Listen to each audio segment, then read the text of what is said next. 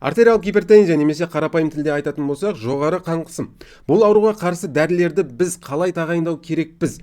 Және де бұл дәрілердің ішінде ең мықтысы, ең күштілері қайсылары? Олардың атаулары қандай? Деген сияқты практикалық сұрақтардың жауабын бүгінгі сабақта аласыздар. Саламатсыздар ма? Каналыма қош келдіңіздер. Менің атым Ерден Еменханұлы, дәрігер-терапевтпін. Бүгінгі сабақта мен сіздерге артериялық гипертензия деген аурудың емдеу принциптерін үйрететін боламын. Сонымен қатар бүгінгі сабақта осы артериялық гипертензияға қарсы ең мықты, ең күшті дәрілердің комбинацияларын сіздерге көрсетемін. Сол себепті сабақты соңына дейін қараңыздар. Сабақ пайдалы болатын болса, лайк басып каналыма тіркелуді ұмытпаңыздар. Егер де дайын болсаңыздар, біз сабағымызды бастаймыз. Артериялық гипертензияның еміне бірден көшпес бұрын біз бірінші артериялық гипертензияның қандай түрлері бар, соларды білуіміз керек. Егер де бұны білмейтін болсақ, онда емге келген кезде бізге көп зат түсініксіз болады. Жалпы біз артериялық гипертензияны екіге бөлеміз. Біріншісі ол біріншілік артериялық гипертензия, екіншісі екіншілік артериялық гипертензия.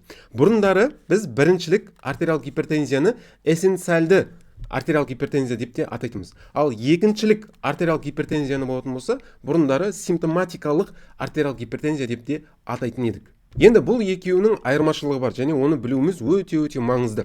Бірінші мен екіншілік артериялық гипертензиядан бастайын. Екіншілік артериялық гипертензия дегеніміз жалпы бұл артериялық гипертензияның пайда болуына, дамуына әсер ететін нақты бір себеп бар деген сөз. Ол себеп дәрі болуы мүмкін, немесе бір ауру болуы мүмкін. Яғни, екіншілік артериялық гипертензия кезінде пациентте бір дәрі бар, немесе бір ауру бар, соның нәтижесінде пациентте осы артериялық гипертензия дамып жатыр. Енді қараңыздар, егер де біз сол пациенттен бұл дәріні алып тастайтын болсақ, немесе бұл ауруды емдейтін болсақ, бұл пациент артериялық гипертензиядан толықтай жазылып кетеді. Және де тағы бір маңызды ескеретін жайт, екіншілік артериялық гипертензия көбінесе жастарда болады. Әсіресе, егер де пациенттің жасы 35-40-тан төмен болатын болса, және де бұл пациентте жоғары қан қысым пайда болатын болса, онда біз осы екіншілік артериялық гипертензияға тексеру керекпіз. Ал енді біріншілік артериялық гипертензияға тоқталатын болсақ, оның даму механизмі пайда болуы өте күрделі және комплексті. Себебі біріншілік артериялық гипертензияның дамуына әкелетін себептер өте көп. Сол үшін де бұрындары біз бұны эссенциальдық артериялық гипертензия деп атайтынбыз. Эссенциальдық деген сөздің мағынасы негізі бұл артериялық гипертензияның түрінің дамуына әкелетін себептер біреу емес, көп екенін білдіреді. Одан бөлек университетте біздің көбімізге былай үйрететін. Біріншілік артериялық гипертензияның жалпы этиологиясы, даму себептері идиопатиялық деп атайтын. Идиопатиялық деген сөздің мағынасы белгісіз деген сөз. Енді бұған қарап сіз былай ойламау керексіз.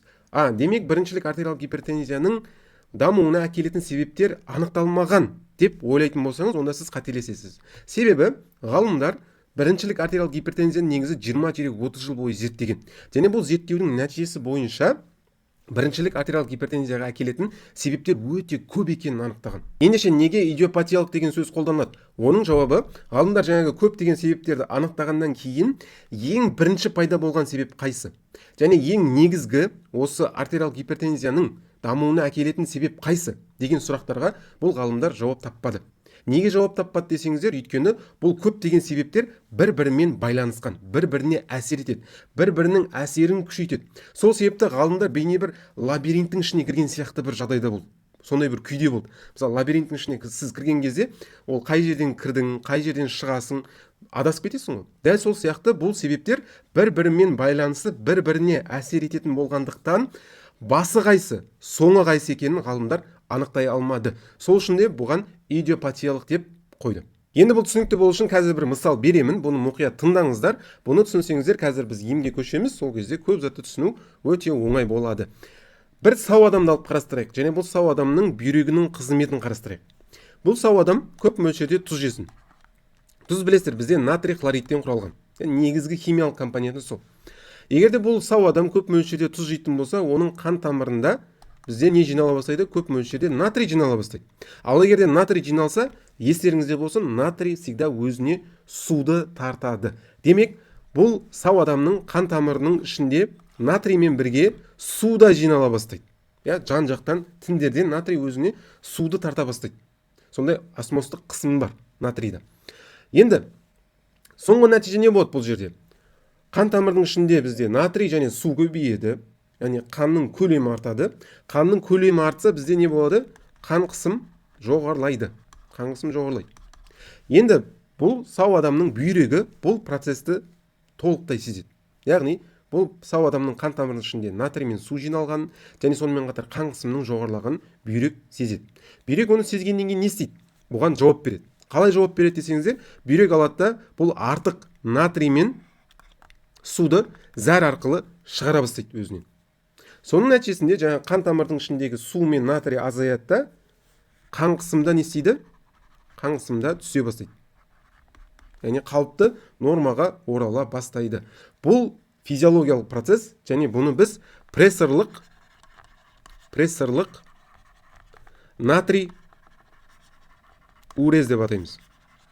Прессорлық натрий урез. То есть сау адамның бүйрегі осы физиологиялық процесс арқылы қан қысымның жоғарылап кетуін не істейді? Алдын алады. Яғни емдейді деп айтсақ болады. Енді біріншілік артериялық гипертензиясы бар пациенттің бүйрегін қарастырайық. Бұл біріншілік артериялық гипертензиясы бар пациентте көп мөлшерде тұз жесін. Оның да қан тамырында көп мөлшерде натрий, су жиналсын, және де қан қысым жоғарыласын. Бірақ та бұл жердегі бір ерекшелік, бір айырмашылық, бұл біріншілік артериялық гипертензиясы бар пациенттің бүйрегі бұл прессорлық натрий урезді дұрыс жасай алмайды. Басқаша айтқан кезде, ол өзінің қан тамырының ішіне жиналып қалған артық натрий мен суды жеткілікті мөлшерде шығара алмайды. Соның нәтижесінде не болады? Жоғары қан қысым бізде бұл пациенттерде көбінесе сақталып қалып қалады. Енді сіз ойлап қалмаңыз, біріншілік артериялық гипертензияның даму механизмі осы екен деп. Бұл бір ғана себеп, бұдан көп басқа көптеген себептер бар. Мен сізге тек қана біреуін ғана айттым. Қазір тағы біреуін түсіндірейін. Ол бізде бүйректің тағы бір маңызды қызметі бар. Ол бізде ренин ангиотензин альдостерон жүйесі деп аталынады. Бұны сіздер университетте жалпы өткенсіздер. Бұл ренин ангиотензин альдостерон жүйесінің соңғы продукты, нәтижесі ангиотензин 2 деген пептид. Бұл ангиотензин 2 деген пептидтің екі негізгі қызметі бар, жаттаңыздар. Екі негізгі қызметі. Біріншісі, ол бізде қан тамырға әсер етеді. Қалай әсер етеді десеңіздер, қан тамырды тарылтады. Яғни вазоконстрикция жасайды. Ал егер қан тамыр тарылса, оның диаметрі азаяды. Диаметр азайған кезде бұл неге әкеледі? Бұл қан қысымның жоғарылауына әкеледі. Қан қысымның жоғарылауына әкеледі. Бұл бір. Екіншіден, ангиотензин 2 обратно бүйрекке әсер етеді тағы. Қалай әсер етеді десеңіздер, бұл негізі альдостерон деген гормон арқылы бүйрекке барады да, бүйректе зәр арқылы шығып жатқан бізде натрий бар ғой, натрий, жаңа микроэлементтер. Бұл натрийді алады да, зәрден қайтан обратно қан тамырға қарай сіңіреді. Бұны біз реабсорбция деп атаймыз. Реабсорбция. Соның нәтижесінде қан тамырдың ішінде натрийдің мөлшері көбейеді, ал натрий қан тамырда көбейсе ол не істейді? Ол өзіне суды тарта бастайды. Бұл да соңында неге әкеледі? Бұл да қан қысымның жоғарылауына әкеледі. Енді сау адамда бұл ренин ангиотензин альдостерон жүйесі белгілі бір жағдайларда ғана іске қосылады. Ал біріншілік артериялық гипертензиясы бар пациентте бұл ренин ангиотензин альдостерон жүйесі тоже ауытқуға ұшыраған, яғни патологиялық өзгерістерге ұшыраған. Соның нәтижесінде ангиотензин 2-нің бөлінуі және де мына бүйректің, қан тамырдың оған деген сезімталдығы артып, бізде қан қысым осылай жоғарылауына әкеледі. Яғни біріншілік артериялық гипертензиясы бар пациенттерде ангиотензин өте көп мөлшерде болуы мүмкін, немесе мына қан тамырлар және бүйрек бұған өте сезімтал. Даже аз мөлшердегі ангиотензин 2 бөлінсе де, олардың оған беретін жауабы өте қатты болады да, бұның соңы қан қысымның постоянно жоғары болып тұруына әкелуі әбден мүмкін. Бұл екінші себеп. Көрдіңіздер ғой? Бұдан бөлек қаншама себептер бар. Және де біріншілік артериялық гипертензиясы бар пациенттің ішкі органдарын қарайтын болсаңыздар, тек қана бүйрек қана емес, оның қан тамырында да өзгерістер болады, жүрегінде де өзгерістер болады, және орталық жүйке жүйесінде де өзгерістер болады. Бұлардың барлығы осы өзгерістер жиналып бір уақытта біріншілік артериялық гипертензияның дамуына әкеледі. Мысалы, қан тамырға тоқталатын болсақ, біріншілік артериялық гипертензиясы бар пациенттердің қан тамырын қарасаңыздар, оларда гипертрофия болуы мүмкін, қан тамырлары қатайған болуы мүмкін. Соның нәтижесінде қан тамырлар не істейді? Босаңси алмайды, яғни вазодилатация жасай алмайды. Себебі қан тамыры всегда тонуста болып тұратын болса, яғни қалың және де қатайып тұрған болса, ол қан қысымның жоғарылауына келеді. Ал егер де қан тамыр босаңсып, ол вазодилатация жасайтын болса, қан қысым бізде не істейді? Төмендейді. Иә? Сонымен қатар бұл қан тамырдың ішінде бөлінетін азот оксиді деген молекула бар. Ол азот оксидінің негізгі қызметі осы қан тамырды босаңсытып, оның вазодилатация жасауына себепкер болу. Бірақ та бұл біріншілік артериялық гипертензиясы бар пациенттерде бұл азот оксидінің бөлінуі, түзілуі төмендеген, және сонымен қатар мына қан тамыр тіндерінде таралуында шектеу бар, ограничение бар. Соның нәтижесінде қан тамыр постоянно тонуста тұрады. Я постоянно былай қысылып тұрады да, сөйтіп бұл да қан қысымының жоғарылауына әкеледі. Сонымен қатар орталық жүйке жүйесі. Соның ішінде әсіресе мына симпатикалық жүйке жүйесіне әсер ететін бізде орталық жүйке жүйесінің бөлігі бар. А симпатикалық жүйке жүйесі білесіздер, ол бізде не істейді? Егер ол белсенділігі артатын болса, ол қан тамырдың тарылуына, вазоконстрикцияға келеді, және де жүрек қағысының, жүректің жиырылуының жоғарылауына, көбеюіне әкеледі. Бұл екеуі де не істейді? Егер вазоконстрикция болса, және де жүрек кезірек соға бастаса, қаттырақ соға бастаса, бұл екеуі де қан қысымының жоғарылауына әкеледі. Енді біріншілік артериялық гипертензиясы бар пациенттің орталық жүйке жүйесінде осы симпатикалық жүйке жүйесіне жауапты бөлігінің белсенділігі жоғары. Гиперактивация бар ол жерде. Соның нәтижесінде бұл да көрдіңіздер ғой, вазоконстрикцияға, және сонымен қатар жүректің басқан кезде жиірек соғуына, қаттырақ соғуына, қаттырақ жиырылуына әкеліп, қан қысымның жоғарылауына да әкеледі. То есть жаңа айтқанымдай, көрдіңіздер ғой, біріншілік артериялық гипертензияның дамуына әкелетін бүйректегі себептері бар, қан тамырдағы өзгерістер бар, жүректегі өзгерістер бар, орталық жүйке жүйесіндегі өзгерістер бар. Сонымен қатар бұл жерде еще генетика бар. Өйткені мысалы ата-ананың біреуінде артериялық гипертензия болатын болса, оның баласында да артериялық гипертензия болуының қаупі жоғары болады. Сонымен қатар бұл пациенттің өмір сүру салты да бұл біріншілік артериялық гипертензияның дамуына әсер етеді. Мысалы, пациенттің тамақ ішуі, жаңағы тұз тамақты көп жеуі, артық салмақ, спортпен айналыспауы, темекі шегуі, стресс деген сияқты заттардың барлығы да осы біріншілік артериялық гипертензияның дамуына себепкер болып есептелінеді. Енді қараңыздар, ғалымдар осылай 20-30 жыл бойы зерттейді, осы көптеген себептерді анықтайды. Анықтағаннан енді сұрақ туындайды: қайсы бірінші пайда болды? Қайсы негізгі себеп? Ол кезде ғалымдар жауап бере алмай қалады. Неге? Өйткені қараңыздар, генетика бізде мынаған әсер етуі мүмкін, мынаған әсер етуі мүмкін, мынаған әсер етуі мүмкін, былай әсер етуі мүмкін. Сонымен қатар өмір сүру салты да осылай әсер етуі мүмкін. Бұл екі. Үшіншісі, қараңыздар, бүйрек мынаған әсер етуі мүмкін, бүйрек орталық жүйке жүйесіне әсер етуі мүмкін. Неге? Өйткені бүйрек пен орталық жүйке жүйесінің арасында бір-бірін байланыстыратын жүйке талшықтары бар. Яғни бүйректе болып жатқан процестер миға әсер ете алады, мидағы процестер бүйрекке әсер ете алады. Сол себепті ми бізде қараңыздар, жүрекке, қан тамырға, және сонымен қатар бүйрекке де әсер ете алады. Осындай бір-біріне әсер етеді, бір-бірімен байланысы болғандықтан ғалымдар бұған қарайта шатасып кетеді кәдімгідей. Үлкен бір лабиринттің ішінде жүрген сияқты болады. Қайсы бірінші басталды, қайсы негізгі, қайсы салдар, қайсы себеп? Жауап жоқ. 20-30 жыл бойы зерттейді, бірақ нақты жауап таппайды. Мүмкін араларыңыздағы біреу болашақта осыған байланысты ғылыми зерттеу жасап, нақты себебін табатын шығар, бірақ әзірше бұл жерде бізде сұрақ тұр, жауап жоқ. Достар, бұл сабағымыз біздің фармакология 1.0 курсымыздың бір кішкентай ғана бір бөлігі. Бұдан да көп маңызды практикалық және теориялық ақпараттарды сіздер біздің фармакология 1.0 курсында ала аласыздар. Бұл курста тек қана антигипертензивті препараттар ғана емес, сонымен қатар фармакологияның фундаментін үйреніп шығасыздар, және де өте маңызды, өте керекті жүрек қан тамыр жүйесінде, қан жүйесінде, ас қорыту жүйесі, сонымен қатар антибиотиктер, аллергиямен қабынуға қарсы препараттарды, және де автономды орталық жүйке жүйесінің фармакологиясын, сонымен қатар туберкулезға қарсы және антипаразитарлық препараттардың теориялық және де практикалық жағын толықтай меңгеріп шығасыздар. Бұл курс жайлы толығырақ ақпарат алу үшін төмендегі номерге хабарлассаңыздар болады, немесе мен қазір бұл видеоның астына арнайы ссылка қалдырып қоямын. Сол ссылка арқылы өтіп, бұл курс жайлы толық ақпарат ала аласыздар. Енді достар, бүгінгі сабағымызда біз сіздермен осы біріншілік артериялық гипертензия кезінде қандай дәрілер күшті, қандай дәрілер ең мықтысы, және олар қалай берілу керек деген сияқты өте маңызды практикалық сұрақтарға жауап беретін боламыз.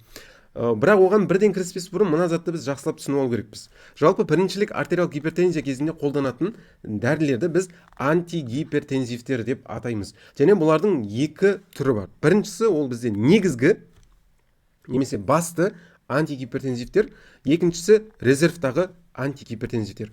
Мына негізгі антигипертензивтер деп аталу себебі бұл топқа жататын антигипертензивтерді біз всегда бірінші қолданамыз. Яғни бұлар бізде алғашқы линияға жататын антигипертензивтік препараттар болып есептелінеді. Ал резервтағы антигипертензивтерге келетін болсақ, бұлар өте әлсіз, тек қана мына негізгі антигипертензивтер уже көмектеспеген жағдайда, әсері болмаған жағдайда ғана қолданылатын антигипертензивтерді атаймыз. Сіздер мына антибиотиктағы резервтермен шатастырмаңыздар. Антибиотиктер кезінде білесіздер, бізде ең мықты, ең күшті антибиотиктерді резервқа қойып қоямыз, Олар ең күшті, ең мықты болып есептелінеді. Олар енді басқа жаңағы әлсіздеу антибиотиктер көмектеспеген жағдайда ғана қолданамыз. Ал антигипертензивтерде наоборот, ең әлсіздерін, әсері ең төмен деген антигипертензивтерді біз резервқа қоямыз. Ал ең мықтыларын, ең күштілерін біз всегда бірінші қолданамыз. Өйткені антигипертензивтерде ондай бір дәріге резистенттілік деген зат, антибиотиктердегі сияқты бактериялардың резистенттілігі, төзімділігі деген сияқты заттар жоқ. Бірінші біз негізгі антигипертензивтермен танысайық, содан кейін барып резервтарға тоқталамыз. Негізгі антигипертензивтерге бізге 4 дәрі тобы жатады. Олардың біріншісі бізде ангиотензин айналдырушы фермент ингибиторлары, немесе орысша ингибиторы АПФ дейміз, қысқаша айтқан кезде. Немесе халық арасында деп айтсақ болады, немесе дәрігерлердің арасында прилдар деп те атайды. Прилдар, өйткені бұл дәрілердің атауларын қарайтын болсаңыздар, барлығы прил деген жалғаумен аяқталады. Сол үшін де прилдар деп те атайды бұларды. Екінші топқа тоқталатын болсақ, ол бізде ангиотензин рецепторының блокаторлары, немесе блокатор рецепторы ангиотензины. Халық арасында тоже дәрігерлердің арасында сартандар деп атаймыз, Өйткені бұл дәрілердің атауларының соңын қарайтын болсаңыздар, сартан деген жалғаумен аяқталады. Мысалы, телмисартан, вальсартан деген сияқты. Үшінші топқа тоқталатын болсақ, бұлар бізде кальций каналының блокаторлары. Орысша айтқан кезде блокаторы кальциевых каналов деп атаймыз. Және де соңғы дәрілер тобы ол бізде диуретиктер. Бұлар бізде негізгі антигипертензивтер. Яғни, всегда біз бірінші осыларды қолданамыз. Яғни алғашқы линияда тұратын антигипертензивті препараттар осылар. Енді сіздерде мынандай сұрақ туындайды. Бета-блокаторлар қайда? Өйткені көп жағдайда мен өзім практикамда байқаймын, кейбір дәрігерлер пациентке, мысалы, біріншілік артериялық гипертензиямен келсе, бірден бета-блокаторлар беріп жатады. Мысалы, бисопролол, конкор деген сияқты препараттарды береді. Бұл қате. Өйткені бета-блокаторлар бізде негізгі антигипертензивтік препараттарға жатпайды. Бұлар резервтағы препараттар. Неге? Оның жауабын біз ғылыми зерттеулерден аламыз. Қараңыздар. Жалпы біз артериялық гипертензияны не үшін емдейміз?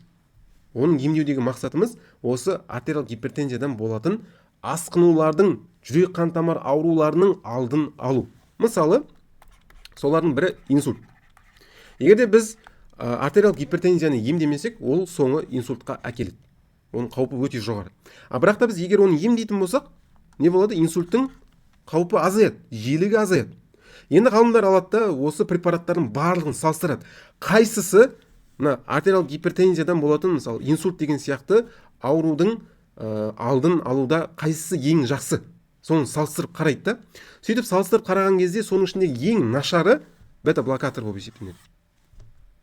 Ең нашары осы бета-блокатор екені анықтайды. Басқаша айтқан кезде, егер сіз біріншілік артериялық гипертензиясы бар пациентке бета-блокатор беріп қойсаңыз, онда бұл пациенттерде инсульттың болуы көбірек болады, жаңағы негізгі антигипертензивті препараттармен салыстырғанда. Мысалы, пациентке сіз сартан бересіз, және де екінші пациентке бета-блокатор бересіз. Егер бұл екі пациентті сіз салыстырсаңыз, мына сартан қабылдап жүрген пациентте инсульттың болуы азырақ болады, мына бета-блокатормен салыстырғанда.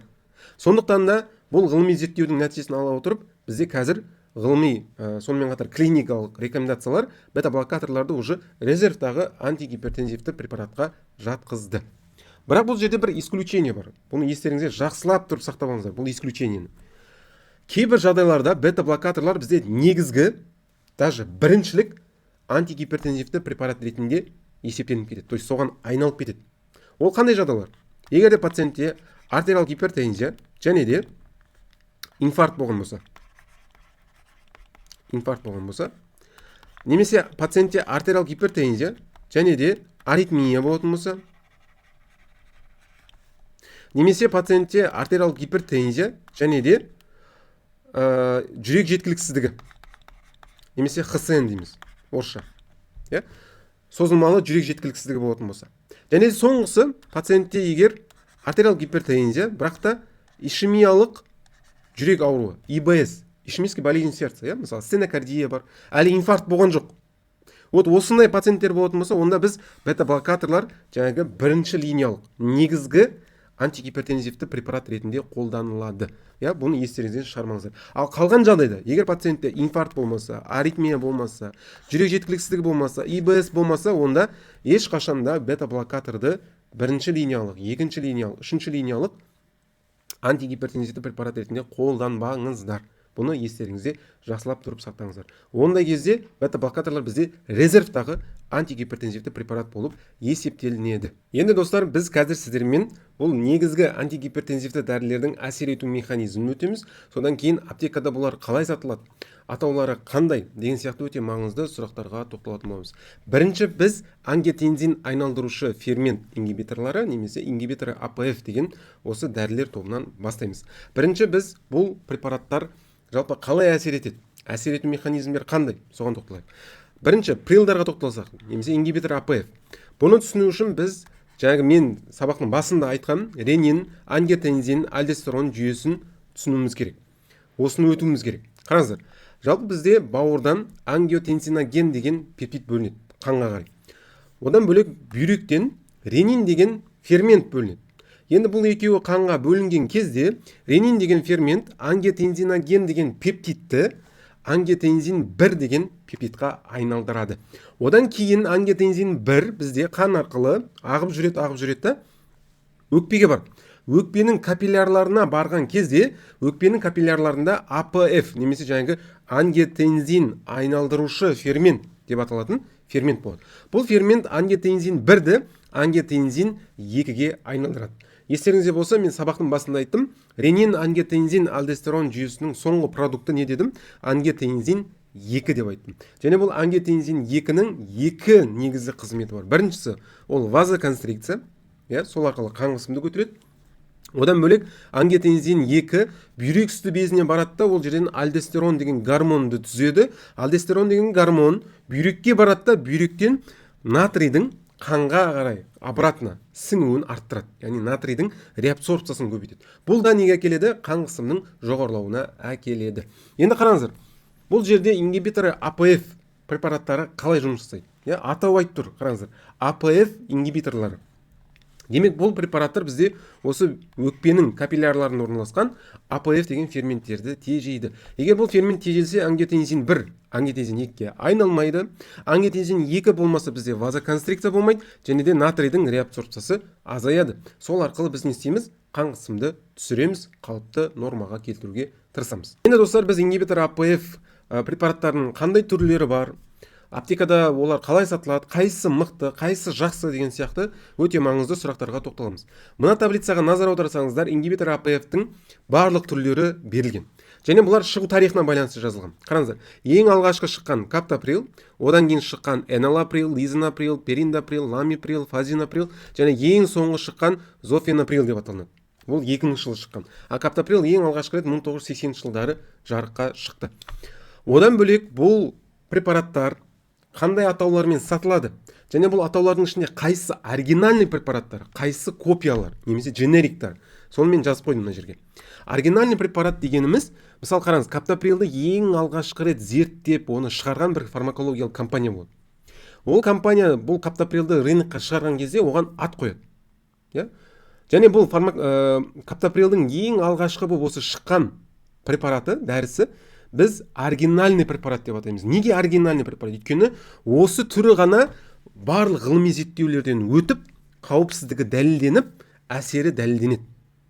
То есть ең сенімді, былайша айтқан кезде, кез келген дәрінің ең сенімді, ең жақсы түрі негізі оригинальный түрі, оригинальный препараты. Мысалы, каптоприлдің оригинальный препараты капотен деп аталынады.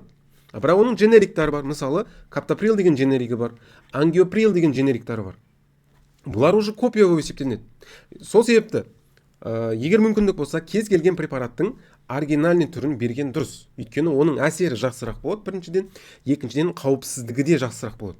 Ал дженериктарға келетін болсақ, әсері сәл азырақ болуы мүмкін, және де кері әсерлері де көбірек болуы мүмкін. Сол үшін бұны ұмытпаңыздар, бұл фармакологияда жалпы дәрігердің практикасында өте маңызды зат болып есептенеді.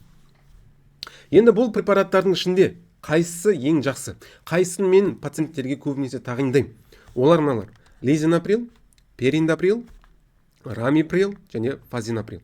Осы төртеуін мен өте қатты жақсы көрем, және де бұл төртеуі де ең күшті, ең мықты препараттар болып есептелінеді. Олардың міне қараңыздар, оригинальный препараттары міне жазылған, дженериктары, яғни копиялары міне мына жерде жазылған. Мүмкіндік болса оригинальный препараттарды берген дұрыс, ал егерде мүмкіндік болмаса, финансовый жақтан, ақша жақтан қиналса, онда дженериктарды да қолдануға болады. Дженериктар, өйткені дженериктар арзанырақ болады, копиялары арзанырақ болады, ал оригиналдар сәл қымбаттау болуы мүмкін, бірақ та ондай қатты қымбат болмауы тиіс. Енді достар, неге мен каптоприлді қолданбаймын? Артериалдық гипертензияның негізгі препарат ретінде. Өйткені каптоприлдің әсер ету ұзақтығы қысқа. Ол ары кетсе 4-6 сағат ғана әсер етеді. Және қан қысымды тез түсіреді. Сол үшін де каптоприлді біз көбінесе гипертониялық криз кезінде немесе артериялық қан қысым тым жоғары болып кеткен кезде тез арада қан қысымды түсіру үшін біз бұл препаратты қолданамыз. Басқаша айтқан кезде каптоприл бізде препарат скорой помощи. Орысша айтқан кезде. Сол кезде де ғана қолданамыз. То есть қысқа бір уақытқа қан қысымды тез арада түсіру үшін ғана қолданамыз. Бірақ күнделікті қабылдауға мен ұсынбаймын. Неге? Өйткені қараңыздар, бұның әсері 4-6 сағатқа ғана созылады. Сол себепті пациент бұл препаратты кемі 3 рет қабылдау керек болады күнде. Бір күнде кемі 3 рет қабылдау керек болады. А 3 рет қабылдау деген өте ыңғайсыз. Пациент ұмытып кетуі мүмкін. Пациенттің өмірін қиындатып жүреміз. Сондықтан да оның орнына лизинаприл, периндаприл, рамиприл, фазинаприл деген препараттар, бұлар 24 сағат бойы жұмыс жасайды. 24 сағат. Яғни бұл препараттарды күніне бір-ақ рет қабылдау жеткілікті. 2 рет беріп керек емес. Егерде 2 рет беретін болсаңыз, онда қателесесіз. Бұл препараттар тек қана бір-ақ рет қана беріледі. Ал эналаприлді неге мен қолданбаймын? Бұл препаратта әсер ету уақыты 10-12 сағат. Яғни эналаприлді да біз күніне 2 рет беру керекпіз. Ол да ыңғайсыз. Сол үшін де бұл эналаприлді мен қолдануды ұсынбаймын. Оның орнына лизинаприл, периндаприл, рамиприл немесе фазинаприлді қолдануды ұсынамын. Ал ең жаңа шыққан зофенаприл деген препаратқа келетін болсақ, өкінішке орай бұл біздің Қазақстанның рыногында өте аз кездеседі, сирек. Сондықтан да бұны табу қиын. Оның орнына лизинаприл өте көп, периндаприл өте көп, фазинаприл өте көп. Осыларды қолданған дұрысырақ болады. Сонымен қатар достар, тағы бір бұл препараттардың бір ерекшелігі ол фазинаприлді. Фазинаприлді мен көбінесе, мысалы, кейбір пациенттер болады, бізде ХБП дейміз, орысша айтқанда, немесе созылмалы бүйрек ауруы бар пациенттер болады. Жалпы созылмалы бүйрек ауруының 5 сатысы бар, 5 стадиясы бар. Соның 4-5 стадиясына келген кезде пациенттер көбінесе диализға қабылдап жатады, немесе бүйрек трансплантациясына дайындалып жатады. Осындай пациенттерге желательно осы фазинаприлді беруге. Неге? Өйткені, егер сіз басқа прилдарды беретін болсаңыз, бұл пациенттерде өте қауіпті бір кері әсер пайда болуы мүмкін. Ол гиперкалемия деп аталады. Гиперкалемия, яғни калий мөлшерінің нормадан жоғары болып кетуі. А ол жүрекке зиян, жүректің аритмиясына келуі мүмкін. А фазинаприлға болса, фазинаприл бүйректің созылмалы ауруы кезінде, және 4-5 стадияларда бұндай гиперкалемияға әкелмейді. Яғни қауіпсіз болып есептенеді. Сол үшін де бұндай жағдайда мен фазинаприлді көбінесе пациенттерге тағайындаймын. Келесі бізде сартандар. Енді сартандардың әсер ету механизміне тоқталсақ, ол сартандар мына ангиотензин 2 деген пептид бар ғой. Сол барып жалғанатын бізде рецепторлар болады. Ол рецепторлар қан тамырда болуы мүмкін, бүйрек үсті безінде болуы мүмкін, бүйректе болуы мүмкін. Сол рецепторларды барып тежеп тастайды. Соның нәтижесінде ангиотензин ол органдарға барып жабыса алмайды, өзінің әсерін ете алмайды. Соның нәтижесінде бізде вазоконстрикция болмайды, және де натрийдің реабсорбциясы болмайды. Яғни қан қысымды біз солай түсіреміз. Енді сартандардың қандай түрлері бар? Қайсылары жақсы? Аптекада олар қандай атаулармен сатылады? Соған тоқталайық. Мына таблицаға қарасаңыздар, ең алғашқы шыққан бізде лазартан, одан кейінгі шыққандар вальсартан, ирбесартан, кандисартан, телмисартан, эпросартан, альмисартан, және ең соңғы 2011 жылы шыққан су жаңа сартан, ол бізде азилсартан деп аталады. Бұл препараттардың міне оригинальный түрлерін жазып қойдым, дженериктарын жазып қойдым.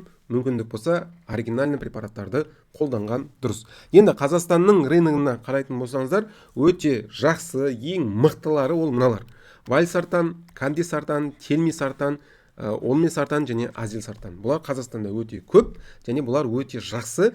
Әсер ету ұзақтығы 24 сағат, күніне бір-ақ рет қабылдау жеткілікті. Енді секрет ретінде айтайын, осылардың ішінде өзім ең қатты жақсы көретінім ол бізде телмисартан және азилсартан.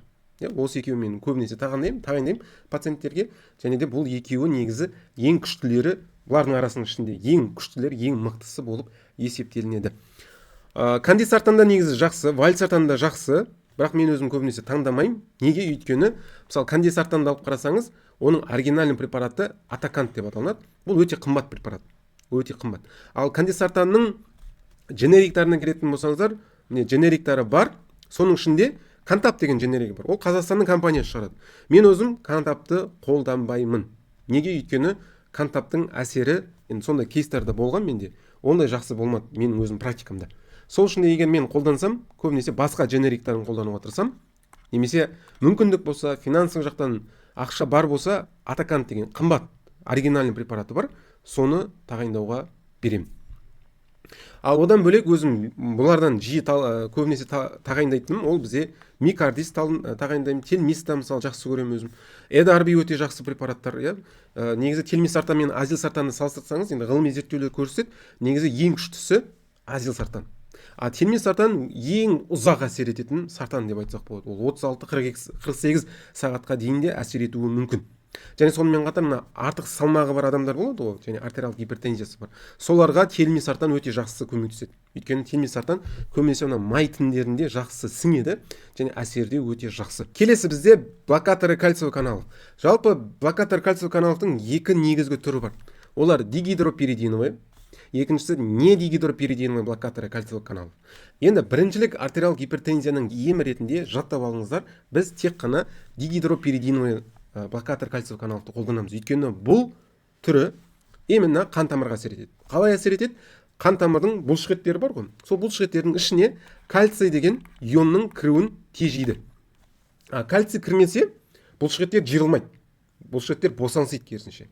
Егер де қан тамырдың бұлшықеттері босаңсса, бізде вазодилатация болады. Қан тамырлар кеңейеді. Сол арқылы біз қан қысымды түсіреміз. Ал не дигидропиридиновый блокатор кальциевый каналға келетін болсақ, мен оларды қолданбаймын. Неге? Өйткені бұлар көбінесе жүрекке әсер етеді. Жүректің жиырылу жиілігі, немесе ЧСС дейміз орысша айтқан кезде, жүректің жиырылғыштығын төмендетеді, азайтады. Бұларды көбінесе біз жүректің тахиаритмияларына қарсы қолданамыз. Олар бізде верапамил, дилтиазем деп аталынады. Екі түрі бар негізгі. Бұларды көбінесе тахиаритмиялар кезінде қолданамыз. Бірақ та кейбір жағдайларда біріншілік артериалдық гипертензияға қарсы қолдануға болады. Ол қай кез? Сізде мүлдем ешқандай вариант қалмаған кезде. Мүлдем ешқандай дәрі жоқ. Білмеймін, аптекада барлық жаңағы негізгі антигипертензивті препараттар бітіп қалды десеңіз, сол кезде ғана, пожалуйста, осыны қолданыңыз. Ал қалған жағдайда бұл препараттарды, не дигидропиридиновый препараттарды қолданып керек емес. Біріншілік артериалдық гипертензияға қарсы. Енді дигидропиридиновый блокаторы кальциевый каналдың қандай түрлері бар? Қайсысы жақсы? Олардың атаулары қандай деген өте маңызды сұрақтарға тоқталайық. Қараңыздар, міне таблицада ең бірінші шыққан бізде нифедипин, одан кейін шыққан фелодипин, амлодипин, лерканидипин және ең соңғы шыққан лацидипин. Өкінішке орай лацидипин біздің Қазақстанда өте сирек кездеседі, мұны табу өте қиын. Бірақ та бізде көбінесе бар препараттар ол фелодипин, амлодипин, лерканидипин. Бұлардың ішінде мен өзім қатты жақсы көретін ол амлодипин, норваск деген оригинальный препарат бар. Вот соны бергенді ұнатамын. Одан бөлек бұның дженериктары бар. Стамло, нормадипин, тенокс, караним. Мысалы, бұл Қазақстанның компаниясы шығарады каранимді. Бірақ каранимді мен өзім жақсы көрмеймін. Өйткені менде тоже кейстар болды. Караним берген кезде қан қысым мүлдем түспеген кездер болды. Сол үшін мен бұл дженерикті өзім жеке басым тағайындамаймын. Егер мүмкіндік болса мен оригинальный препаратты берем. Норваск деген бұл қымбат емес. Ары кетсе бір 2000-3000 теңге тұрады бір айға. Зато әсері мықты, қауіпсіздігі де жақсы. Одан бөлек лерканидипин тоже жақсы препарат, мен өзім тоже тағайындаймын. Лерканидипиннің бір ерекшелігі амлодипинге қарағанда. Лерканидипин кезінде кері әсерлер азырақ болады. Мысалы амлодипин қабылдап жүрген пациенттерде көбінесе аяқтың ісінуі болуы мүмкін. Ал лерканидипинде ондай кері әсерлер сирек болады. Бұл оригинальный препарат бізде леркамен деп аталынады, неміс компаниясы шығарған. Осыны мен көбінесе тағайындаймын. Бірақ әрине бұлардың ішінде ең қатты өзім жақсы көретінім ол амлодипин. Ең көп зерттелген, әсер жағынан ең мықты, қауіпсіздік жағынан да ең мықты осы амлодипин, соның ішінде норваск. Мүмкіндік болса осы препаратты тағайындаңыздар. Ал фелодипин тоже беруге болады, егер тапсаңыздар, бұл да жақсы, бірақ амлодипин мен лерканидипиннен сәл әлсіздеу болуы мүмкін. Ал нифедипин болса, бұны мүлдем қолданып керек емес. Біріншілік артериалдық гипертензия кезінде. Неге? Өйткені нифедипин ол әсер ету уақыты өте қысқа. Нифедипинді бересіз, 3-4 сағат қана әсер етеді, одан кейін қан қысымы қайттан көтеріліп кетеді. Және көтерілгенде ол өте жоғары кетуі мүмкін қайттан. Сол үшін нифедипинді тек қана тоже біз препарат скорой помощи ретінде ғана қолданамыз, оны күнде қабылдап керек емес. Естеріңізде болсын. Келесі бізде диуретиктер. Диуретиктердің негізгі 3 түрі бар. Біріншісі ол тиазиттік және тиазит тәрізді диуретиктер. Бұл екеуі бір группа жатады. Екінші калий сақтаушы, немесе орысша айтқан кезде калий сберегающий диуретики. Үшіншісі ілмектік диуретиктер, орысша айтқан кезде петлевые диуретики деп атаймыз. Енді біріншілік артериялық гипертензияға қарсы біз қолданатын диуретиктің түрі ол мынау. Тиазиттік немесе тиазит тәрізді диуретик. Бұл негізгі артериялық гипертензияға қарсы қолданатын антигипертензивті препаратқа жатады. Ал калий сақтаушы диуретик бұл бізде резервтағы препарат. Резервқа жатады бұл. Ілмектік диуретиктерге келетін болсақ, мысалы фуросемид, торосемид, бұл препараттарды біз біріншілік артериялық гипертензия кезінде қолданбаймыз.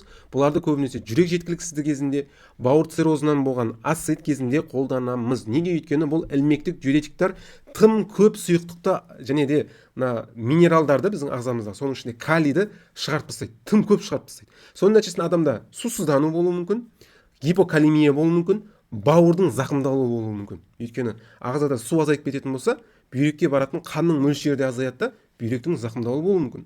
Сондықтан да ілмектік диуретиктерді біз біріншілік артериялық гипертензияның емі ретінде қолданбаймыз. Оның орнына біз тиазиттік диуретик немесе тиазит тәрізді диуретикті қолданамыз. Бұл диуретиктің түрі бізде артық натрий мен суды шығарады. Ол бізге жеткілікті. Одан артық бізге керек емес. Ал енді жүрек жеткіліксіздігі кезінде, бауыр циррозы кезінде өте көп сұйықтық жиналып қалады адам ағзасына. Сол кезде ол кезде енді ілмектік диуретик сияқты мощный, мықты диуретиктерді біз қолданамыз. Естеріңізде болсын. Ал калий сақтаушы диуретиктерді келетін болсақ, бұл біріншілік артериялық гипертензия кезінде резерв ретінде қолданылады. Көбінесе біз 4-ші препарат ретінде береміз, оны қазір тоқталамыз. Одан бөлек бұл препараттарды біз жүрек жеткіліксіздігі кезінде береміз, көбінесе. Және де бауыр циррозы кезінде қолданамыз.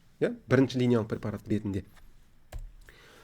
Енді бұл тиазиттік немесе тиазит тәрізді диуретиктің әсер ету механизміне тоқталайық. Қараңыздар, мына жерде біз нефронның суретін көріп тұрмыз. Нефронның көптеген бөліктері бар. Бірінші бөлігі ол бізде шумақша немесе гломерулус деп аталынады. Бұл жерде біз қанды фильтрациядан өткіземіз. Қан бұл жерде фильтрациядан өтеді да, керек емес заттар бізде мынау нефронның түтікшесіне қарай өтеді. Түтікшесіне қарай өтеді. Бұл жерде біріншілік зәр пайда болады, басқаша айтқан кезде. Одан кейін қараңыздар, бізде бұл нефронның жалғасы не болады? Түтікшеге айналады. Мынандай. Бұл бізде проксимальды түтікше деп аталынады. Одан кейін генле ілмегі деп аталынады. Мына жерлер. Генле ілмегі. Генле ілмегі аяқталғаннан кейін бізде дистальды түтікше деп аталынады мына жер. Одан кейін мына жерде бізде жинақтаушы түтікше деп аталынады. То есть бұлардың барлығы бізде нефронның бөлігі болып есептелінеді. Енді қараңыз, қан бізде мына шумақшада фильтрациядан өткен кезде қанның ішінде кейбір заттар мына түтікшеге қарай өтіп кетеді. Солардың бірі бізде натрий. Енді натрий бізде зәрмен бірге осылай жүреді мына түтікшенің ішінде. Осылай жүріп жатқан кезде негізі белгілі бір мөлшердегі натрий қайтадан обратно мына түтікшеден қанға қарай реабсорбция болады. Мысалы, генле ілмегін қарасаңыз, шамамен ол жерде бір 30-40% натрий реабсорбция болады. Ал мына дистальды түтікшеге қарасаңыздар, ол жерде шамамен 5-10% натрий бізде зәрден қайтадан обратно қанға қарай өтеді. Енді сұрақ туындайды, олар қалай өтеді? Қалай зәрден қанға реабсорбция болады? Оның жауабы, бұл түтікшелердің қабырғасын қарасаңыздар, осындай арнайы каналдар болады. белоктан құралған, ақуыздан жасалған каналдар. Бұл каналдар мысалы натрий бүйтіп зәрдің мына түтікшенің ішіне кетіп бара жатқан кезде бұл канал бұны ұстап қалады да, қайтадан обратно бүйтіп қанға қарай өткізіп жібереді. Сондай каналдардың бірі осы дистальды, мына жерде дистальды түтікшеде орналасқан. Енді тиазиттік диуретиктер как раз осы мына натрийді реабсорбция жасайтын дистальды түтікшеде орналасқан каналды тежейді. Соның қызметін былайша айтқан кезде бұғаттайды деп айтсақ болады. Соның арқасында натрий бізде мына жерде қараңыздар түтікшеден бүйтіп ары қарай өтіп кетеді. То есть қанға реабсорбция болмайды да. Натрий көп мөлшерде бүйтіп келіп зәрмен ары қарай шығып кетеді біздің ағзамыздан. Яғни диуретиктердің негізі қызметі не? Ол біздің ағзадан негізі натрийді шығару. Натрий. Егер де натрий шықса, натрий өзімен бірге нені алып жүреді? Суды алып жүреді. Өйткені натрий всегда суды тартады. Яғни натрий шықса, бізде ағзадан көп мөлшерде тоже суда бірге шығады. Солай біз не істейміз? Қандағы натрий мен суды азайтамыз. Егер де қандағы су мен натрий азайса, бізде қан қысымда төмендейді. Көрдіңіздер ме? Ең басында мен сіздерге біріншілік артериялық гипертензияның патогенезін түсіндірген болатын. Ол жерде бұл жалпы патогенездің дамуына әсер ететін қандай факторлар бар еді? Біріншісі ол бүйректің прессорлық натрий урезі, натрий урезі. Және сонымен қатар ренин, ангиотензин, альдостерон жүйесі. Сонымен қатар қан тамырлардың всегда тонуста болуы, жиырылып қалады да, қан тамыр босаңси алмай қалады, вазодилатация жасай алмай қалады. Бұлардың барлығы біріншілік артериялық гипертензияның дамуына әкеледі деп мен сіздерге түсіндірген болатын. Ал енді қараңыздар, біз беретін дәрілер қайсыларға әсер етіп жатыр? Мысалы, диуретиктерді қарасаңыздар, мына прессорлық натрий урез жасап отыр, ағзада жиналып қалған натрийді шығарып жатыр. Өйткені бүйрек оны шығара алмайтын еді. Одан бөлек біз берген сартандар, прилдар бізде ренин, ангиотензин, альдостерон жүйесін тежеп жатыр. Өйткені бұлар да біріншілік артериялық гипертензия кезінде ауытқуға ұшырайды деп мен сіздерге айтқан болатын.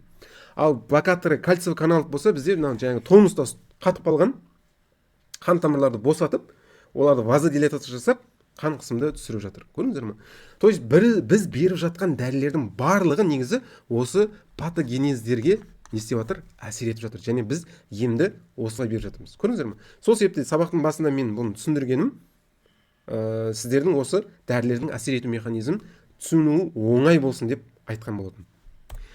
Арғай жалғастырайық. Қараңыздар, енді бұл тиазит тәрізді дәрілердің қандай түрлері бар? Соған тоқтайық. Негізі 3 түрі бар. Біріншісі ол гидрохлоротиазид. Бұл тиазиттік диуретик болып есептелінеді. Екіншісі хлорталидон, үшіншісі индопамид. Бұл екеуі тиазит тәрізді диуретик деп аталынады. Тиазит тәрізді. Олардың оригинальный түрлерімен жазылған. Өкінішке орай дженерикқа келетін болса, тек қана индопамидтің дженериктары бар. Бұлардың ішінде қайсысы ең күшті? Индопамид. Өзім жақсы көремін. Өйткені индопамид біріншіден өте ұзақ әсер етеді, кемі 24 сағат. Одан бөлек бір қызығы индопамидтің қан тамырларға да әсер ететін механизм бар. Ол не только натрий мен суды бүйрек арқылы шығарып жүреді. Сонымен қатар, тонуста ұстап тұрған қан тамыры бар, қатайып қалған қан тамырды босатып, вазодилатация жасап, блокатор кальциевый канал сияқты. Солай әсер етеді, қан қысымды түсіреді. Сол үшін индопамид ең күшті. Индопамидтан кейін екінші орында тұратын хлорталидон. Бұл екеуі де 24 сағат, кемі 24 сағат әсер етеді. Күніне бір-ақ рет беру жеткілікті. Ал гидрохлоротиазидқа келетін болсақ, өкінішке орай бұның әсер ету уақыты шамамен 12-18 сағат. Сол үшін бұны қолдануды мен өзім ұсынбаймын. Өйткені 12 сағаттан кейін бұның әсері кетіп қалуы мүмкін. Енді индопамидқа келетін болсақ, оригинальный препарат арифон деп аталынады. Бірақ одан бөлек біздің Қазақстанда көптеген дженериктары бар. Индопамид, ариндап, равель деген сияқты аттарымен танымал. Енді достар, біз сіздермен негізгі антигипертензивтарды өттік. Келесі бізде резервтағы антигипертензивтар. Оларға мен қысқаша тоқталамын. Қандай препараттар жатады, соларды қазір сіздермен өтейік. Резервтағы біріншілік артериялық гипертензияға қарсы берілетін антигипертензивті препараттар, олар 4 үлкен дәрі тобы бар. Біріншісі ол бета-блокаторлар, мысалы бисопролол, конкор, мысалы, оригинальный препарат конкор, метапролол, одан кейін калий сақтаушы диуретиктер, мысалы спиролактон, енді бізде көбінесе верашпирон, альдарон деген аттармен танымал. Эплеринон деген түрі бар, бірақ бұл Қазақстанда өкінішке орай әлі жоқ. Одан бөлек орталық жүйке жүйесіне әсер ететін препараттар бар. Соның ішінде ең біздің Қазақстанда жиі қолданатын ол максанидин деп аталады, немесе физиотенс деген торговый названиемен танымал. Соңғысы бізде альфа блокаторлар, мысалы доксазазин. иә. Бұлар бізде резервтағы препараттар. Бұларды біз қашан береміз? Егерде жаңағы негізгі антигипертензивті препараттар көмектеспеген жағдайда ғана резервтағы мына препараттарды біз пациентке тағайындаймыз, береміз. Бұны естеріңізден шығармаңыздар. Мен өзім көретін көптеген қателіктердің бірі, кейбір дәрігерлер, мысалы, пациент келеді, оған постоянно іш деп мына физиотенсті беріп қояды, мысалы, немесе конкорды беріп қояды. Бұл дұрыс емес. Өйткені бұл препараттар резервте тұрады. Бұлар 4-ші линиялық препарат. 1-ші линиялық біз сартандар, мысалы жаңағы нелер, диуретиктар, блокатор кальций каналын береміз. Егер бұлар көмектеспесе, сол кезде ғана осылардың біреуін таңдап препарат ретінде қосамыз. 4-ші линиялық препарат ретінде. Хорошо, бұны естеріңізден шығармаңыздар. Хорошо? Физиотенс тоже бізде препарат скорой помощи ретінде қолданылады. Егерде қан қысым тым жоғары болып кетсе, сол кезде тез арада қан қысымды түсіру үшін физиотенсті қолдансаңыздар болады. Енді мынандай сұрақ туындайды. Бұл негізгі антигипертензивті препараттарды біз пациентке қалай тағайындаймыз? Қалай беру керекпіз? Бірінші сартандарды береміз ба? Диуретиктерді береміз ба? Немесе комбинация жасайтын болса, қалай комбинация жасаймыз? Осындай маңызды сұрақтар туындайды. Бірақ оларға жауап бермес бұрын мына сұраққа жауап беріп алайықшы. Жалпы біз антигипертензивті препараттарды, жаңа негізгі 4-еуі бар ғой. Жаңа прилдар, сартан, диуретиктер, блокатор кальциевый канал. Бұл препараттарды біз пациентке тағайындаған кезде көп жағдайда 80-90% жағдайда комбинация ретінде береміз. Комбинация дегеніміз, егер нақтырақ айтатын болсақ, 2 компоненттен құралған комбинация ретінде береміз. 2 компоненттен. Ол қалай? Мысалы, пациент сізге келеді біріншілік артериялық гипертензиямен, сіз оған беретін болсаңыз, көбінесе біз не істейміз? Комбинация жасаймыз. Мысалы, прилмен диуретикті қосып беруге болады, немесе сартанмен блокатор кальций каналды қосып бірге комбинация, 2 компоненттен тұратын комбинация ретінде береміз. Енді сұрақ туындайды. Неге бізге мына прилдарды жеке бермеске, неге сартанды бір препарат ретінде, бір компоненттік препарат ретінде бермеске? Неге комбинация ретінде? Оның жауабын беру үшін қазір мен сіздерге түсіндіретін боламын. Мына жерде қараңыздар. Жаңағы комбинациялар жазып қойдым, мысалы, ингибитор АПФ пен блокатор кальциевый каналды комбинация жасасақ болады, немесе тиазидтік диуретиктермен комбинация жасасақ болады, сартандарды блокатор кальциевый каналмен комбинация жасасақ болады, немесе сартандарды жаңа тиазидтік немесе тиазид тәрізді диуретиктермен комбинация жасасақ болады. Немесе блокатор кальциевый каналпен тиазидтік немесе тиазид тәрізді диуретиктермен комбинация жасасақ болады. Басқаша айтқан кезде бізде біріншілік артериялық гипертензия кезінде бер алатын ең мықты топ 5 дәрілік комбинация осылар. Бұлардың 5-еуі де мықты, 5-еуі де жақсы. Қазір мен сіздерге нақты қандай препараттар екенін көрсетемін, бірақ оған дейін қазір біз бір сұраққа жауап беріп алуымыз керек. Хорошо? Одан бөлек қараңыздар, ешқашанда өміріңізде ешқашанда ингибитор АПФ немесе прилдарды сартандармен қосып бермеңіздер. Ешқашанда болмайды. Абсолютно противопоказание деп айтсақ болады. Өйткені екеуін қосып берсеңіздер, біріншіден пациенттің бүйрегіне өте үлкен зақым келеді. Екіншіден өте қауіпті гиперкалемия деген бізде кері әсер болуы мүмкін. Және бұл жүректің аритмиясына әкеліп, пациент қайтыс болып кетуі мүмкін. Үшіншісі, бізде қан қысым өте қатты түсіп кетеді, гипотензия. Сол үшін де осындай қауіпті кері әсерлері дамуы мүмкін болғандықтан ешқашанда прилдарды сартандармен қосып комбинация ретінде бермеңіздер. Бұл үлкен қателік болады. Енді жаңа сұраққа оралайық. Неге біз комбинация ретінде береміз? Оған жауап беру үшін біз жаңағы біріншілік артериялық гипертензияның патогенезіне оралу керекпіз. Қалай біріншілік артериялық гипертензия дамиды? Қандай себептер осы біріншілік артериялық гипертензияның дамуына әкеледі деген сияқты өте маңызды сұрақтарға қайтадан бір жауап беру керекпіз. Естеріңізде болса, мен айттым, біріншілік артериялық гипертензиясы бар пациенттің ішкі органдарында, соның ішінде бүйректе, қан тамырда, жүректе, орталық жүйкесінде көптеген өзгерістер, ауытқулар болады. Және бұл ауытқулардың қосындысы осы біріншілік артериялық гипертензияның дамуына әкеледі. Енді қараңыздар. Демек, көптеген себептер біріншілік артериялық гипертензияға әкелетін болса, біз пациентті емдеген кезде де осы себептердің әрбіреуіне әсер етуіміз керек. Сол кезде ғана бізде жақсы эффект болады. Әйтпесе тек қана біз мысалы бүйрекке ғана фокус қойсақ, бүйрекке ғана әсер ететін препаратты беретін болсақ, пациенттің мысалы қан қысымы жоғарылауына қан тамырда әсер етуі мүмкін, орталық жүйке жүйесі, мысалы жүректе әсер етуі мүмкін. Дұрыс қой? Сондықтан да біз дәрі берген кезде осы біріншілік артериалдық гипертензияға әкелетін бірнеше органға әсер ететін дәрілерді береміз. Мысалы қараңыздар. Жаңағы комбинацияларды алып қарайық. Ингибитор АПФ плюс блокатор кальциевых каналов. Ингибитор АПФ қайсыған әсер етеді? Бүйрекке әсер етеді. Өйткені бүйректегі жаңағы ренин, ангиотензин, алдостерон жүйесін бұл тежейді. Сол арқылы қан қысымын түсіреді. Одан бөлек бета блокаторы кальциевых каналов болса қайда әсер етеді? Ол қан тамырға әсер етеді. Қан тамырдың бұлшықеттерін босаңсытып, вазодилатация жасап, қан қысымды түсіреді. То есть егер сіз бір уақытта мынағанда әсер етсеңіз, сіздің қан қысымды түсіруіңіздің әсері күштірек болады, қаттырақ болады, мықты болады.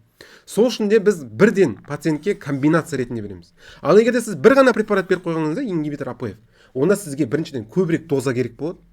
Мысалы қараңыз, лизинаприлді алып қарайық. Мына жерде лизинаприл болсын, ингибитор АПФ, блокатор кальциевых каналов амлодипин болсын. Сіз егер екеуін қосып берсеңіз, сіз төмен дозада берсеңіз жеткілікті болады әсер ету үшін. Мысалы, лизинаприл 5 мг беріп қойсаңыз болады, амлодипин 5 мг. Ал егер де лизинаприлдің өзін ғана беретін болсаңыз, ол жақсы әсер ету үшін бұл пациентке как минимум 10-20 мг ретінде беру керек болады. Ал 10-20 мг-да жоғары дозада не қауіп бар? Кері әсердің пайда болу қаупі жоғарырақ болады, төмен дозамен қарағанда. Басқаша айтқан кезде қараңыздар, біз комбинация ретінде беру арқылы біріншіден қан қысымды жақсы түсіреміз. Естеріңізде болсын. Қан қысым бізде жақсы түсіреді, яғни әсер жақсырақ болады. Екіншіден біз кері әсердің пайда болуын не істейміз? Азайтамыз. Кері әсерлер азырақ болады. Өйткені біз төмен дозада берсек жеткілікті да. Еще ол төмен дозада қан қысымды жақсы түсіріп отырамыз. Түсіндіре алдым ба? Сол үшін де біз міндетті түрде екі компонентті антигипертензивті дәріден бастаймыз көбінесе. Бұны өз естеріңізге сақтап алыңыздар. Одан бөлек тағы бір себеп бар. Ол compliance деген тема. Compliance дегеніміз, мысалы қараңыз, сіз керемет қып пациентке ем тағайындап жазып бересіз. Барлығын дәріні қалай ішеді, немен ішеді, нешеде ішеді, қанша уақыт ішеді, бәрін толықтай түсінтіп жазып бересіз. Бірақ пациент ерінеді. Ой, қойшы дейді. Менің уақытым жоқ, немесе ұмыт кете берем деп қараса, онда сіз берген ем бостан-босқа кетеді. Қанша сен күшті түсіндіріп берсең де, қанша сен жазып берсең де, пациент егер оны қабылдамаса, оған ыңғайлы болмаса, ол пациент оны қабылдамай кетеді. Дұрыс қой? Сондықтан да бұл compliance деген зат. Яғни пациенттің дәрігердің нұсқаулығын уақытымен орындауы, дұрыс орындауын compliance деп атаймыз. Енді бұл compliance жақсы болу үшін көбінесе бізге не керек? Бір дәріні бір-ақ рет ішкен, күніне бір-ақ рет ішкен compliance-ты жақсартады. Өйткені ол өте ыңғайлы. Күніне бір-ақ рет ішесің, болды, уайымдамайсың ары қарай. Ал как раз жаңағы дәрілерді біз егер комбинация ретінде, екі компонентті ретінде беретін болсақ, мысалы, бір дәрі болады бізде, бұның ішінде ингибиторы АПФ бар, және де бета-блокатор кальциевых каналов бар, мысалы. Бірақ бір таблетка, және бұны күніне бір-ақ рет ішеді, өте ыңғайлы, Бұны осылай түсіндірсең пациентке, бір-ақ рет ішесіз, зато бір дәрінің ішінде екі препарат бар деген сияқты айтып түсіндірсеңіз, пациент оны оңай екен деп сіздің айтқаныңызды тыңдайтын болады. Ал егер сіз бөлек-бөлек берсеңіз, мысалы, таңертең біреу ішесің, кешке біреу ішесің, немесе таңертең 2 таблетка ішу керек деп айтсаң, ол пациент уже қинала бастайды, ұмыт кетем ба, өмірді қиындатып жібердің ғой деген сияқты заттар айтуы мүмкін. Сол үшін де комбинация ретінде, бір таблетка ретінде беруіміз өмірді жеңілдетеді, пациенттің сіз айтқан нұсқаулықты, рекомендацияның орындауын жеңілдетеді. Сондықтан да біз compliance жақсы болсын деп бірден комбинация ретінде береміз. Бірақ бұл жерде бір исключение бар. Оны жақсылап тұрып есіңізде сақтап алыңыздар. Кейбір жағдайда біз бір препараттан бастаймыз, бір дәріден. Мысалы, ингибитор АПФ болуы мүмкін. Негізгі препараттар бар ғой. Сартан болуы мүмкін, диуретик болуы мүмкін, диуретик болуы мүмкін, немесе блокатор кальциевых каналов болуы мүмкін. Кейбір жағдайларда исключение бар, біз тек қана біреуін ғана береміз. Ол қандай жағдай? Егер де пациенттің жасы 65-тен жоғары, және де пациентте хрупкость дейміз, орысша айтқан кезде әлсіздік болатын болса. Мысалы, кейбір жасы келген егде жастағы пациенттер өзіне өзі қарай алмайды. Біреудің көмегінсіз жүре алмайды, өзі жуын алмайды, өз-өзіне киін алмайды, мысалы, Бұны біз синдром хрупкости деп атаймыз. Вот осындай әлсіз, шаршап қалған егде пациенттерге желательно бір препараттан бастау. Өйткені егер сіз бірден 2 препарат беретін болсаңыз, ол қан қысымды тез түсіріп жіберуі мүмкін да, пациенттің әлсіздігі одан сайын асқынып кетуі мүмкін. Пациент құлап қалуы мүмкін. Я? Сол үшін 65 жас плюс хрупкость, синдром хрупкости болатын болса, бір дәріден, монотерапия, яғни бір компонентті дәріден бастаған дұрыс. Сонымен қатар жасы егер 80-нен жоғары болса, көбінесе осы бір дәріден бастаған дұрыс. Өйткені бұл пациенттерде тоже әлсіздік болады, және бұл пациенттер бұл дәрілерге көбінесе андай жауабы, реакциясы қатты болады. Қан қысым бірден түсіп кетуі мүмкін, ал оларға бұл өте ауыр болады. Әлсіздік егер күшейіп кететін болса, өмір сүру сапасы төмендейді. Осындай исключениялар бар, бұны естеріңізде сақтап алыңыздар. Енді достар, біз сабағымыздың ең күшті бөлігіне келдік, ең практикалық бөлігіне келдік. Жаңағы комбинация дедік қой. Естеріңізде болса, біз 5 топ комбинация деп айттық. Міне, ингибитор АПФ, бета-блокатор кальциевых каналов, тиазиттік диуретикпен, немесе сартандармен мынандай комбинациялар бар, немесе блокатор кальциевых каналовпен тиазиттік және тиазит тәрізді диуретиктермен комбинация жасай аламыз дедік. Бірақ мынау болмайды деп айттық. Естеріңізде. Енді бұлардың қандай атаулары бар? Аптекада қандай атаулармен бұлар сатылады, және бұлардың ішіндегі ең күштілері, ең мықтылары қандай деген сұрақ. Осыған мен қазір сіздерге жауап беретін боламын. Біріншіден, ингибитор АПФ және де блокатор кальциевых каналовтан бастайық. Мен өзім қатты жақсы көретін, өзім тағайындайтын және де менің ойымнан бөлек ең мықты, ең күшті деп есептелінетін 2 препарат бар. Бірінші сол экватор деп аталынады, екіншісі престанс. Экватордың ішінде лизинаприл мен амлодипин бар, ал престанстың ішінде амлодипин мен периндаприл бар. Екеуі де өте күшті, оригинальный препараттар. Оригинальный препараттар, әсері жақсы. Бұл екеуін мен өзім жақсы көремін. Соның үшін әсіресе престансты жақсы көремін. Тағайындасаңыздар болады. Келесі бізде ингибитор АПФ пен тиазиттік және тиазит тәрізді диуретиктер. Соның ішінде өзім қатты жақсы көретін және оригинальный препарат болып есептелінетін ол нолиприл деп аталынады. Бұл жерде бізде периндаприл және индапамид бар. Индапамид, өте жақсы оригинальный препарат. Одан бөлек екінші бір дженерик ретінде сатылатын препарат бар, ол кодиратон деп аталынады. Ол жерде гидрохлоротиазид және лизинаприл бар, тоже жақсы, бірақ та нолиприлмен салыстырғанда әсері төмендірек. Өйткені гидрохлоротиазид мен жаңа айттым, ол 12-18 сағат қана әсер етеді. Егер мүмкіндік болса, нолиприлді мен таңдаймын, өзім көбінесе соны тағайындауға кеңес беремін. Келесі, бұл жерде енді мен ең жақсы көретін препараттар, прям мендегі ең бірінші, екінші орында тұратын, көбінесе тағайындайтын препараттар мына жерде көрсетілген. Олар менде сартандар плюс блокаторы кальциевых каналов. Мен өзім сартандарды көбірек жақсы көремін, жаңағы прилдармен салыстырғанда. Неге? Өйткені сартандардың кері әсерлері азырақ. Мысалы, прилдарда көбінесе жөтел пайда болуы мүмкін пациентте, отек квинке болуы мүмкін. Ал сартандарда бұл өте редко, бұл кері әсерлер. Және сартандар бұлар жаңа шыққан препараттар. Сартандар бұлар 2000 жылдардан кейін шыққанда көбінесе жақсылары. Сол үшін мен көбінесе сартандар тағайындаймын, прилдарға қарағанда. Енді бұлардың блокатор кальциевых каналмен жасалған комбинациялары бар. Солардың ішінде өзім ең қатты жақсы көретін твинста деп аталынады. Бұл оригинальный препарат. Бұл амлодипин плюс телмисартаннан құралған. Одан бөлек Эдарби AM деген бар, тоже өте жақсы. Бұл жерде азилсартан мен амлодипин бар. Және де Эксфорж деген тоже өте жақсы препарат. Бұл жерде амлодипин мен вальсартан. Және соңғысы, енді бұл дженерик болып есептелінеді, вамласет, бұл жерде вальсартан мен амлодипин. Бұлардың барлығы жақсы, қайсысы бар, соны таңдасаңыздар болады. Келесі, бұл да тоже өте жақсы, өзім жақсы көретін препараттар. Ол сартандар және тиазиттік, немесе тиазит тәрізді диуретиктер. Олардың ішінде ең мықтылары, қараңыздар, міне, Эдарбикло, өте танымал, 2011 жылы шыққан, өте жаңа препарат деп айтсақ болады. Ең соңғы шыққан мына 2 компоненттен құрылған антигипертензивті препарат. Бұл жерде азилсартан мен хлорталидон бар. Одан бөлек Микардис плюс деген бар, өте жақсы. Ол жерде телмисартан мен гидрохлоротиазид бар. Одан бөлек Кардосал плюс деген өте жақсы тоже. Бұл жерде олмесартан мен гидрохлоротиазид бар. Соңғысы бізде Атакан плюс. Бұл енді өте қымбат препарат. Егер ақша жақтан проблема болмаса, бұны алып қолдануға болады. Бұл жерде кандисартан мен гидрохлоротиазид бар. Келесі енді соңғысы бізде блокатор кальциевый канал және тиазиттік немесе тиазит тәрізді диуретик. Мен өзім білетін тек қана бір ғана дәрі бар, ол арифам деп аталынады. Бұл жерде индапамид және де амлодипин бар. Қалған препараттарды өкінішке орай мен білмейді екенмін. Бұл арифрам тоже жақсы, бірақ мен өзім көбінесе бұны тағайындамаймын. Енді достар, егер де екі компоненттен құралған осы негізгі антигипертензивтер көмектеспесе не істейміз?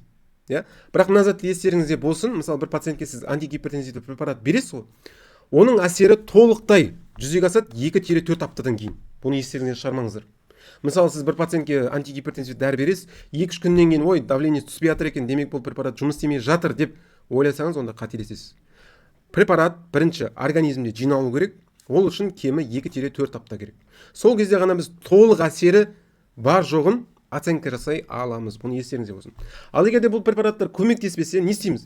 Біз төменгі дозадан стандартты дозаға көтере аламыз. Мысалы, пациент телмисартан және де амлодипиннан құралған нені қабылдап жүрген болуы мүмкін. Мысалы, көбінесе телмисартан 40, амлодипин 5 мг беруі мүмкін пациентке. Егер де мына дозада көмектеспесе, біз бұны көтере аламыз. Мысалы, 80-де 5 қылдыра аламыз, немесе 80-де 10 қылдыра аламыз. Максимальный доза осындай 80-де 10. То есть стандартты дозадан, төменгі дозадан стандартты дозаға қарай біз көтере аламыз. Бұл бірінші вариант. Екінші вариант бар. Біз мына екі компонентті препаратқа тағы бір дәрі қоссақ болады. Басқа группаға жататын. Мысалы, сіз телмисартан, амлодипин қабылдап жүрсеңіз, бұның қасына біз диуретик қоссақ болады. Индапамид қоссаңыз болады. Бірақ үшеуі төмен дозада болады. Негізі рекомендациялар бойынша мынаны қолданған дұрыс. Егер мысалы төмен дозада көмектеспесе, бірден үшінші компонент қосқанын дұрыс болады деп ұсынады. Бірақ та мынаны да қолдансаңыздар болады. Енді үш компонентті қандай препараттар бар? Соған тоқталайық. Мен өзім білетін үшеу ғана. Біріншісі ол триплексам, өте жақсы. Бұл жерде периндаприл, амлодипин, сонымен қатар индапамид деген үш препараттан құралған. Үш негізгі антигипертензивті препараттан. Одан бөлек бізде коамлеса деген препарат бар. Бұл жерде тоже периндаприл, амлодипин, индапамид. Бұл енді дженерик болып келеді. Және де тағы бір препарат бар, ол коэксфорж деп аталынады. Бұл жерде вальсартан, амлодипин және де гидрохлоротиазид бар. Мен өзім білетін үш компонентті, то есть жаңағы бір таблеткада бізде үш дәрі болады. Прилдар болады, блокатор кальциевый каналов және де диуретиктер болады. Мен өзім білетін осы үш компонентті комбинация ретінде жасалынатын препараттар осылар. Басқаларын өкінішке орай мен білмеймін. Осылардың үшеуі де жақсы. Соның ішінде ең күштісі әрине триплексам. Осыны қолдансаңыздар болады. Достар, бұл сабағымыз біздің фармакология 1.0 курсымыздың бір кішкентай ғана бір бөлігі. Бұдан да көп маңызды практикалық және теориялық ақпараттарды сіздер біздің фармакология 1.0 курсында ала аласыздар. Бұл курста тек қана антигипертензивті препараттар ғана емес, сонымен қатар фармакологияның фундаментін үйреніп шығасыздар. Және де өте маңызды, өте керекті жүрек қан тамыр жүйесінде, қан жүйесінде, ас қорыту жүйесі, сонымен қатар антибиотиктер, аллергиямен қабынуға қарсы препараттарды, және де автономды орталық жүйке жүйесінің фармакологиясын, сонымен қатар туберкулезға қарсы және антипаразитарлық препараттардың теориялық және де практикалық жағын толықтай меңгеріп шығасыздар. Бұл курс жайлы толығырақ ақпарат алу үшін төмендегі номерге хабарлассаңыздар болады, немесе мен қазір бұл видеоның астына арнайы ссылка қалдырып қоямын. Сол ссылка арқылы өтіп, бұл курс жайлы толық ақпарат ала аласыздар.